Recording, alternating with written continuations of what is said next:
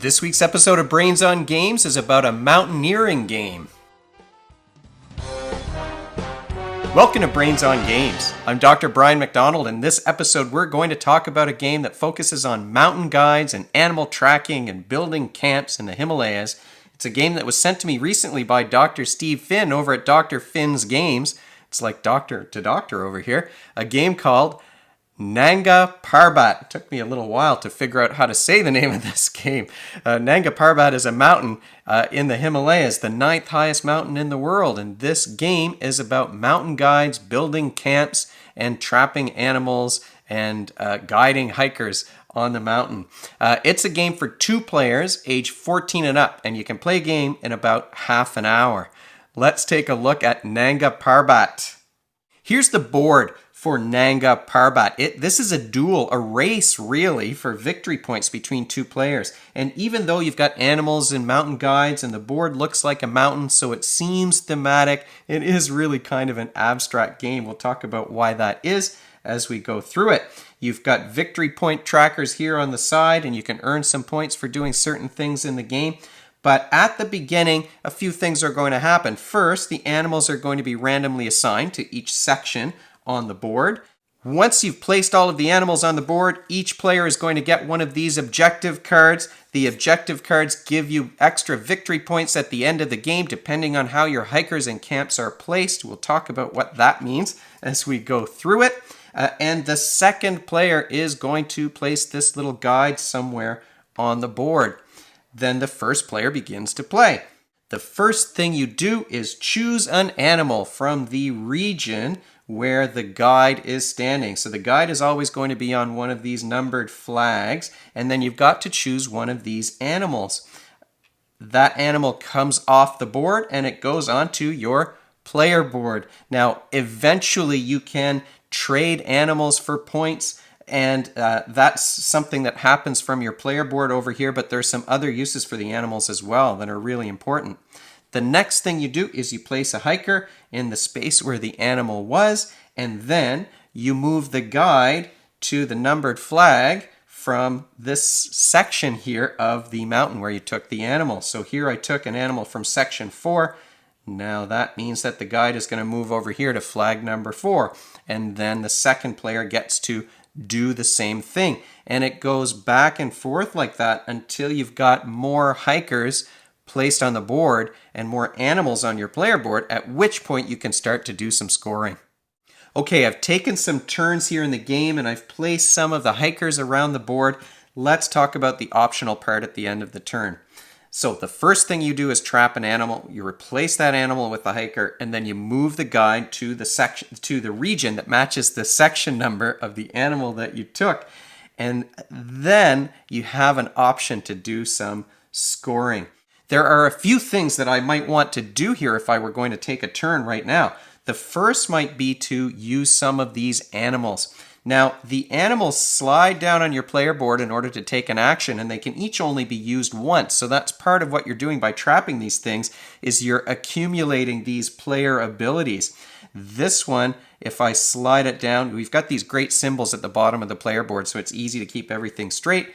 But if I slide this fella down here, that means I can move the guide. So rather than having to take one of the animals from up here in region 3, I might want to move him down here to region 4 and then take this little red panda off the board and replace him here. That's going to then require me to move the guide all the way up here to number 1. Now that I've replaced the panda with one of my hikers, I've got a pretty big group of hikers here on the board that are all adjacent to one another. That's an important thing in the game. You're going to earn points by building camps in the places where these hikers are, and the more hikers you have adjacent to one another, the better, usually the better it is. One thing I should say before we move on is that the ability that the red panda gives you is if you are tied or falling behind the other player and you take a red panda, you earn 1 victory point. So there should be 1 victory point here for blue. Another thing I might want to do before I finish up my turn is to use some of these other animal abilities. So I might want to move this one to replace an adjacent hiker with an animal that's next to it.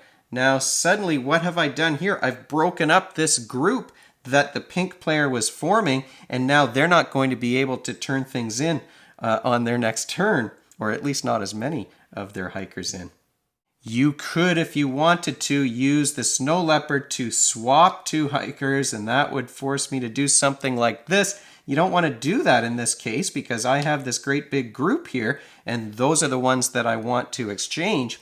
So at the end of your turn, once you've done those 3 actions, there's the optional part. You can trade in some animals, and they can be animals whose ability you've already used or animals who haven't been used yet.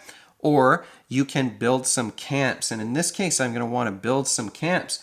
All I do is I take these hikers off the board and they all go back in the box. They're out of the game now. Let me get them out of the way. Now I've replaced 5 adjacent hikers with camps, and that means I'm going to score some points. So here's the camp row. I replace 5 of them. I put my little cube here. I'm going to earn 6 points for having done that. So I bump up my cube up here to number 7. I might at the end of the game also earn some extra points if I built some camps or put some hikers on the spot where my secret objective is. Each box on the board can only hold 1 of those scoring cubes. So now that I've used up this space and traded in 5 hikers for 5 camps, I've got those 6 points. No one else can score on that spot. So now you're going to have to get 6 in a row if you want to get those big points. But nobody can score for 5 camps in a row. And we found ourselves when we played this game like really racing to be the first one to get a big group of camps so you could trade them in and take up the space so the other player couldn't get it. We were moving hikers back and forth and moving the animals around just to make it harder on the other player. Once the camps are established, you can't move those anymore. You can move hikers, you can trade hikers with animals, you can move animals back and forth if you want a certain animal in a certain spot, but there's no way to move the camps once those camps have been built. But there are 2 other ways to score some points. Now you can only place 1 scoring cube per turn, so since I've traded in my hikers for those camps, I can't do anything else. But if instead I wanted to trade some animals, I've got 1, 2, 3, 4, 5 animals here on my scoring sheet. I could take all of those. They're each different animals. And here's the row for trading different animals. So if I've got 5 of them, I would put my cube here. I would earn 7 points. Like I said, I can't do both of those on the same turn, so it's really a choice. What do I want to do? I might want to wait until I've had a chance to use the abilities of more of those animals in order to maximize their utility, but at the same time, I'm racing with the other players to play that cube onto the board so that the other player can't get it.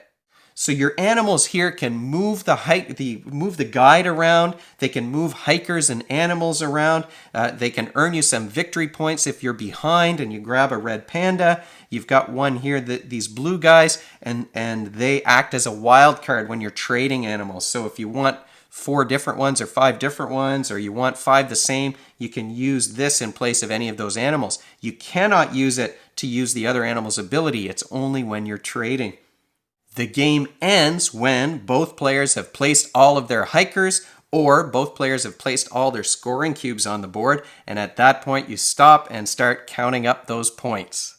And that's it. Players are just alternating back and forth. It's a real duel and a real race, and it is like you've got the mountaineering theme, but really it's an abstract spatial game with pieces that are going to give you certain abilities, but it didn't give you the feeling that you were climbing a mountain or guiding folks up a mountain. Really, you're moving pieces and animals around on the board in order to score. We were thinking about points and just like examining the layout of things. So very much a spatial game where you're using those visual spatial skills to sort of predict where the other player might be trying to put his pieces and to get large groups of adjacent pieces on the board, or to collect the animals that you want to collect while at the same time maximizing the points you might get from your secret objective. You might be able to figure out your opponent's secret objective based on where they're moving the guide on the board.